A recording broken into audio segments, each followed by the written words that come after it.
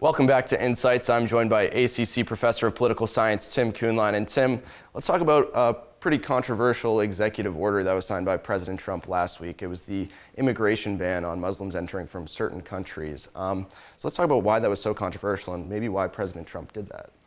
Well, I think it's more, it was controversial more than anything by the way it was rolled out. If it would have been handled a little differently, maybe it would have still received reaction, but I think more people would understand the potential need. After all, it's not the first time that we've put sort of limits on this, given larger circumstances.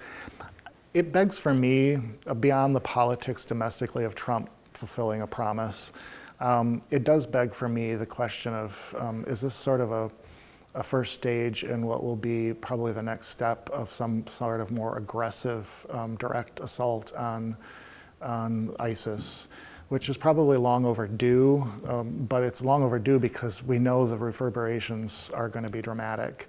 And it may not be ISIS, because there are all these other forces out there, pro-ISIS or anti-ISIS, that are going to be emboldened. And perhaps, you know, I guess looking at the one side of this is maybe this is preparation for the potential influx. Most of those countries that are on that list, my sense is, are all very much related to ISIS and the spread of ISIS. Again, it's kind of narrow, sort of understanding of the dynamic here. You know, when you think about the incidents that affected us in this country in terms of terrorism, and we've had less than 10,000 lives, it's actually more like 6,000 or 7,000, a direct result of external attack on the United States. You've got a greater chance of being impacted by a car accident or gun incident in this country. I think it gets to the heart of, you know, the fact that we're probably on the verge of something larger under a new administration, and the concern is what will be the reverberations, and no matter what the case is. So I don't know. If he's only been president for a couple of weeks. Why do you think there was such an urgency to sign this executive order? Well, I think he promised it. It's a big issue, although he didn't really talk about this so much, the ISIS scenario and what he would do. We never got details. He was more obsessed about China and exacerbating tensions there in the South China Sea. He just kept talking about a secret plan to deal with ISIS. Well, maybe this is the beginning of the secret plan. Is it going to be something dramatic in terms of a military strike? There's a lot of evidence to suggest that we're going to make massive movements in personnel there, in equipment to shore up the Kurds, who we see as a reliable ally, but that's a sensitive thing because of Turkey. And we might see more airstrikes, such as we saw in Libya under Obama. But I just think that the urgency probably has to do with what the next step is in actual military engagement against ISIS. And do you think that is potentially the next step, would be engaging them militaristically? I would be very surprised if something pretty dramatic like that doesn't happen in the next, you know, couple of months at the least. And then we were talking about how they were so transnational. They weren't really bound to one country, although they say Raqqa is their capital.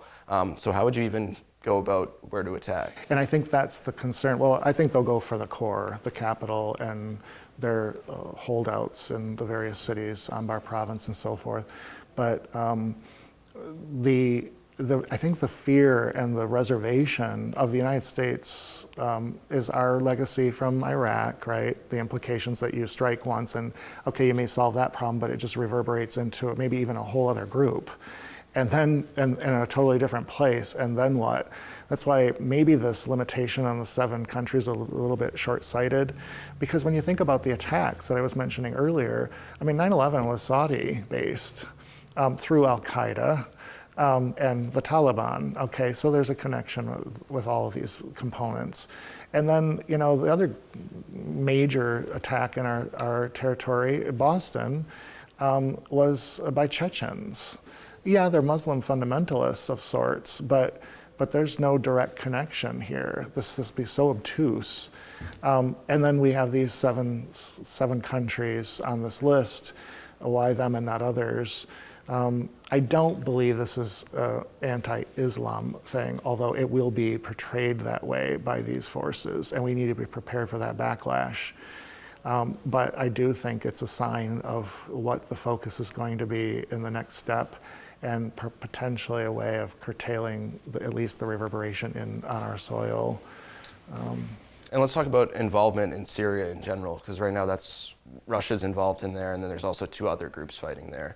So what do you think you see America's kind of place there is?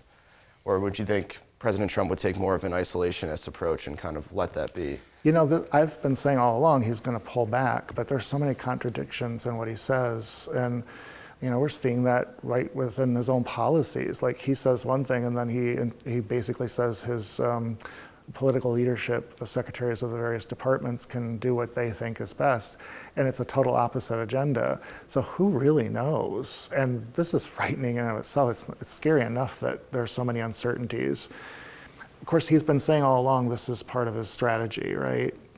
So the problem with this is that whatever action is taken are going to have huge consequences and reverberations. And I guess the question is the American public prepared to do this? Do we really want to fight this fight? Is it truly serious enough? Or are we, in a way, are we creating the problem and exacerbating the problem?